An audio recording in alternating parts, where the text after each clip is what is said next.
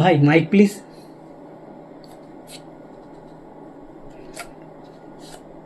না না, এভাবে নয়, এভাবে ধরতে হবে, তাহলে মিনিংটা আবার পাল্টে যাবে। আমার বন্ধু ভজা নিউ টাউনে থাকে, একাই থাকে বাড়িতে।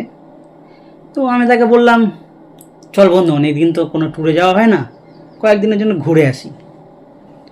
ও আমাকে সরাসরি না বলে দিল। কেন?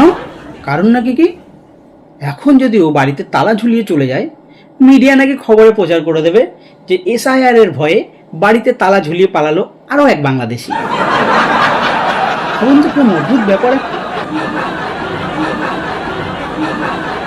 যাই হোক, ও যখন যাবে না তো ভাবলাম তাহলে পাশের বাড়ির বন্ধুকেই বলি।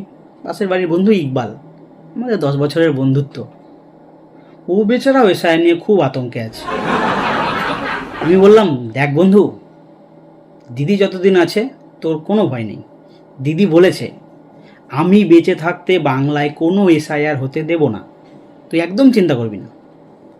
বন্ধু আমাকে জবাব দিল, ভাই আমি নিজে দেখেছি, দিদি এসআইআর ফর্ম নিজের হাতে নিয়েছে। আর সব থেকে বড় কথা কি জানিস, দিদি এখনো বেঁচে আছে। আমাদের মাননীয় মুখ্যমন্ত্রী সদ্য বিশ্বকাপ জয়ী রিচা ঘোষকে সংবর্ধনা দেওয়ার জন্য ডেকেছিল। তাকে সংবর্ধনা দেওয়া হয়েছে, সোনার ব্যাট, সোনার বল, সোনার চেন মুখ্যমন্ত্রী নিজের হাতে পরিয়ে দিয়েছেন। সেখানে সৌরভ গাঙ্গুলি উপস্থিত ছিল।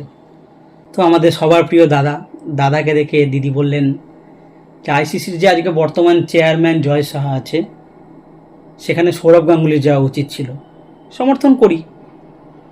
যাই হোক, তারপরে ভাবলাম ভাগ্যি সেখানে কুণাল ঘোষ নেই, তা নাহলে হয়তো বলে দিত আমাদের কুণাল ঘোষ, রিচা ঘোষ। আর রিচা ঘোষ হয়তো মনে মনে বলতো, ম্যাডাম আমি রিচা ঘোষ, আমি ক্রিকেটার, রাইট হ্যান্ড ব্যাটসম্যান, আমার কিন্তু কোনো শাখা নেই।